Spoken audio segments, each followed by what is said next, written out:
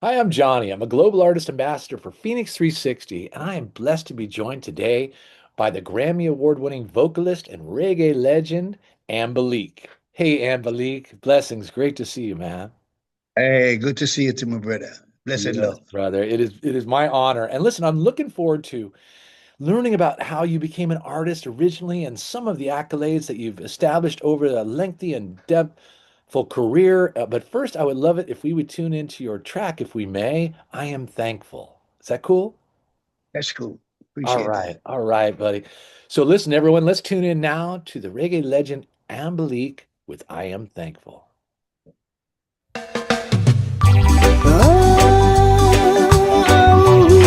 Oh, yeah.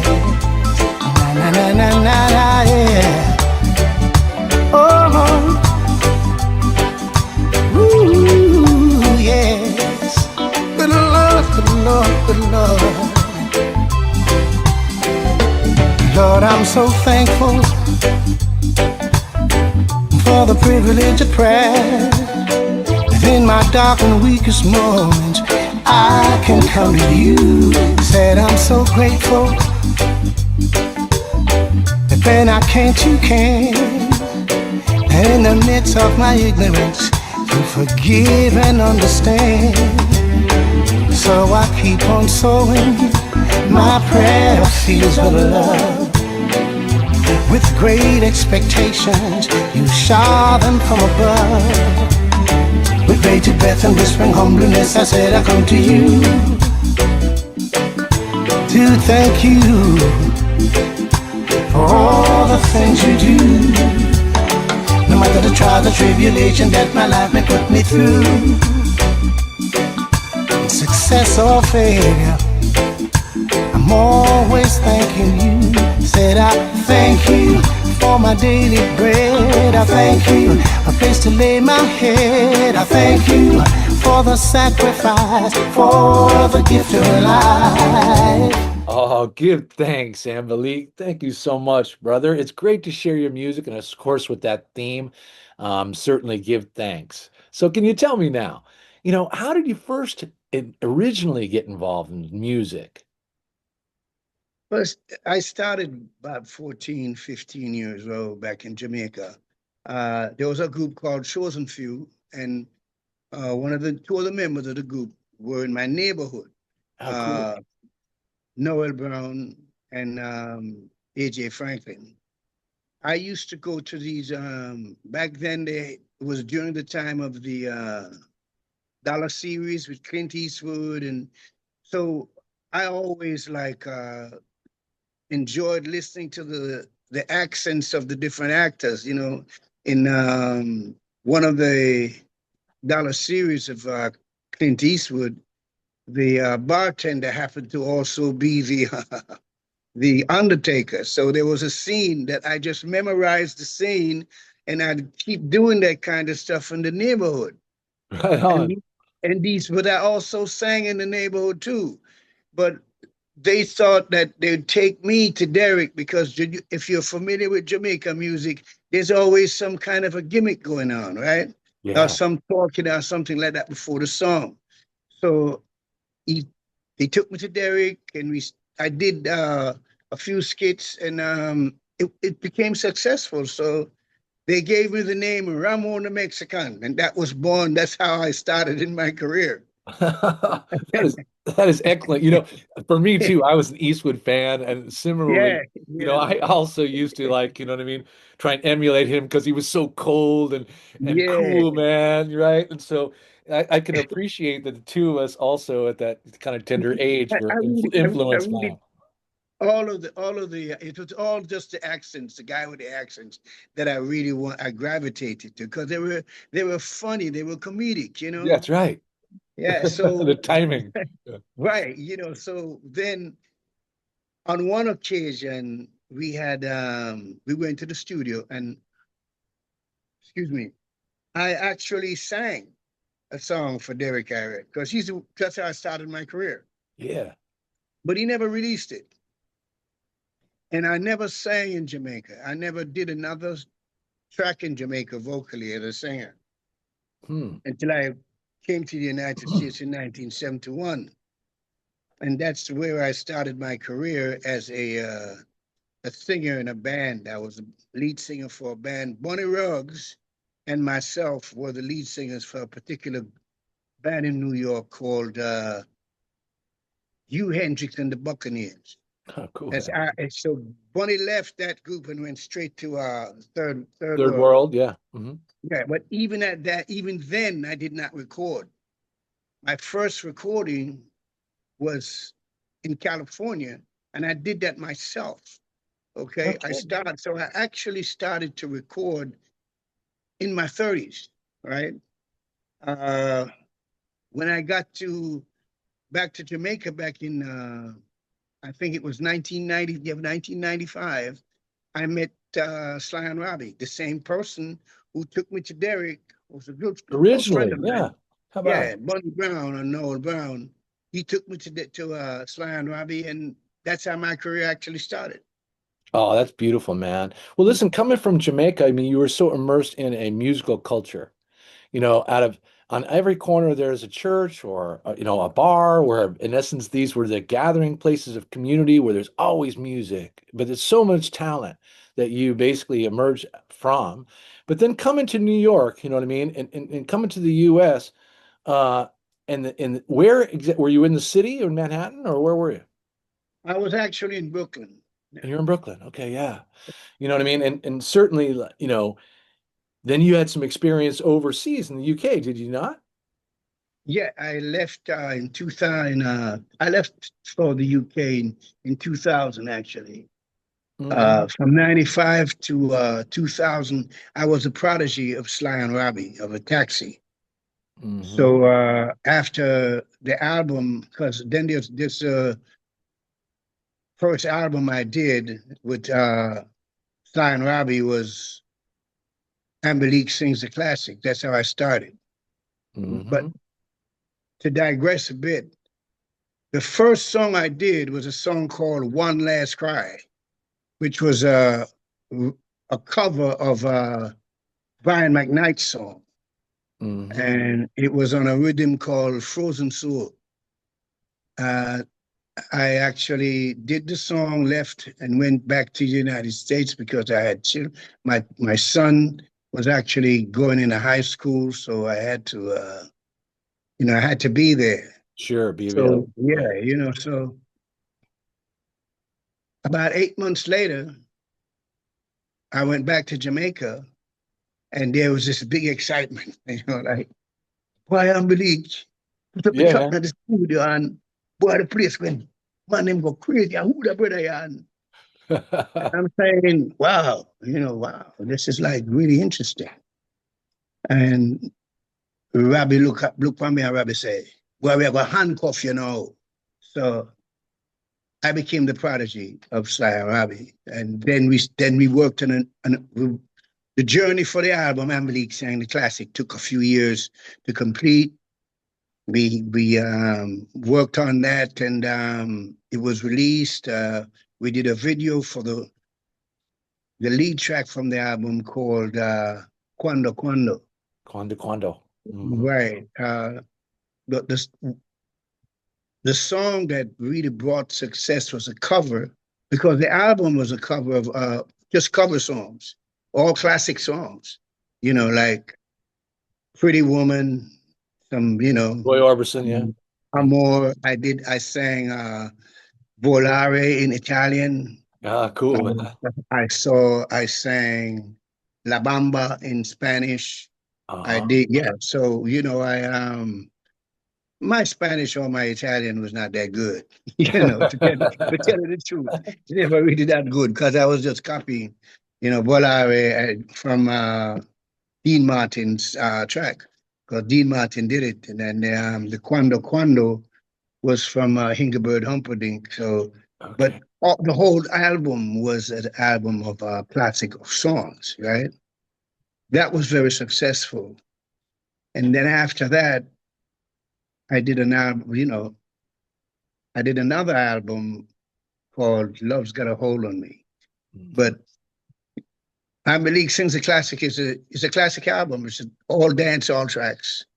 You know, Right. I don't think since I've done that, there've been any artists that how many artists have done that before. But yeah, Well, I you think know, that's it's a great testimony to the fact that you can put your own twist and frequency into some of these classic songs and reinvent them in a way that is just really recognizable and appreciated by an audience, you know. And it seems to me, Ambelique, too, that, you know what I mean, some of the lovers rock and R&B influence is really part of your vocalist style in terms of bringing a romantic vibe into a lot of your music. Isn't that correct? correct. Because what happened, what I now we can journey on what brought me to the style that I have. So Yeah. we can talk about that now that you've touched on that. Please. Because I left New York and went to Massachusetts just to follow my journey to Jamaica and to reggae. Uh, I started with a band. I met these two brothers, Steve Aiello, an Italian brother, and Bob Laverne from an Irish brother. And they decided, we used to just, I was just jamming with them, and they decided, look, Malik, we could do a group together. Because I was singing, uh, I was a blues singer, right? I Yeah. had a blues band called T. Silvera Band. Of course, my real name is Owen George Anthony Silvera. Ah, So they gave the name T. Silvera Band. So we did Paul's Mall, we did the university, we did the colleges, beautiful. and we did Maine and places like that, the clubs around town. So that's where I started as a singer. After I left New York, I went into because with the band that Bunny and Ruggs and I sang. We did calypso, we did R&B. It was really just a dance band, I a see. band that we Yeah. would play for events that different West Indian communities, like would keep would and hire the band, and we would actually perform like a disco or a set, like Right. a I get dance it. hall thing, Yeah, yeah, cool, man. like yeah. So when I went to Massachusetts, that's what I did. I did blues. I sang blues. I did because that's my first love. Sam Hmm. Cooke and Eddie Floyd and people like that, you know, are the ones the singers I gravitated to. And the singers in Jamaica that I gravitated to were the singers who actually would, like Ken Booth. Hmm. He really loved Otis Redding, and that he was one of my favorite artists. And Bob Andy, who was probably the best songwriter that came out of Jamaica, one of the best. But he had this kind of a jazz swing thing on the music, and I Cool. really liked him too. So, but my favorite was Sam Cooke, Yeah. and I'd swap Sam Cooke. I'd swap R&B artists like Chuck Jackson and Nat King Cole and Johnny Mathis and people like that. Right. When I left uh, Massachusetts, I went to California. Now when I went to California is when I really started to get into the reggae and thing, and that's how I got the name Ambelique. Yeah. But at that time, I was in my late 20s, early 30s. Probably I was what? I was probably about 31, 32 at the time, Uh-huh. uh, and ran into these brothers too, Vincent Greenaway, Lester Farrar, a few other people. But at that time, I was on the spiritual quest, right? I was Yeah, like, man. wasn't really Rasta business, it was a spiritual quest because that's always been I'm a seeker of divine truth, right? And that transcends humanity. Okay, it's about divinity. So I've always been that. I was I don't know if people know what self realization is. It's or who Paramahansa Yogananda is. But Uh-huh. these Yogananda. are people I gravitated to that, and my essence at the time was part of my essence was my quest for divinity. So these sisters who saw me and knew me from the band at the time was called Third Eye, and Uh-huh. we were only doing all of our musical contests. We take biblical term, biblical scriptures and Spiritual themes, yeah. psalms. Yeah, that's what we all sang, and we also copied, the song, the popular songs of the day. His sisters saw me and they said, "Why?" They were Americans, so they said, "You need a name that more personified That your, reflects that yeah, yeah, yeah, spiritual essence, who you yeah. are, right?" So they said, "Hey, you name AMBELIQUE." You're almost, it's like when anybody gives you a nickname, that's an endearing thing. They recognize Right, a spiritual essence in you, a mysticism, and right. a leader and capability to present, a spiritual essence. That's a wonderful name, man. And God calling you, yeah. Yeah, And and but sorry to interrupt you. What were you saying? no, well, we were talking about Ambelique and how that originated and how you were given that name in a way and it represents you well. Yeah, it's interesting because that was it was appropriate at the time, Uh-huh. and to some extent, it has been almost like a guide to my or continue something that causes me to always remember the reflection and the impression that I had on people and how people saw me, how I was perceived, and so because I've always maintained that you are not who you say you are, but who people see you to be, Mm, based on the fruit, whatever comes out of you. Okay. So that name has helped me to maintain a certain amount of humility. I'm not humble by any means because humility cannot know itself. yeah. It's a journey for me. Every day is a new day because I fail every day. So Yeah. I have to pick myself Understood. up and go forward. Yeah, but it was such a long name that people couldn't say it. And this drummer friend of mine, there was a group called Rastafarians, right? Uh-huh. And the drummer was a good friend of mine. His name is Shakaman. And Shakaman said, "This is when I first decided to do some recording, and it was for myself, right? Yeah. And he had the studio. So he said, boy, I believe that name that too long, King. What kind of name that? It's too long. So I could call you Ambi. I'm say, or Ambelique. I'm say, well, Ambelique sound good. And Yeah. so we get Ambelique from Ambelique Calais. So yeah, that's how the name started. But Uh, third that's- eye was my debut on in LA and as a reggae artist, a true reggae artist.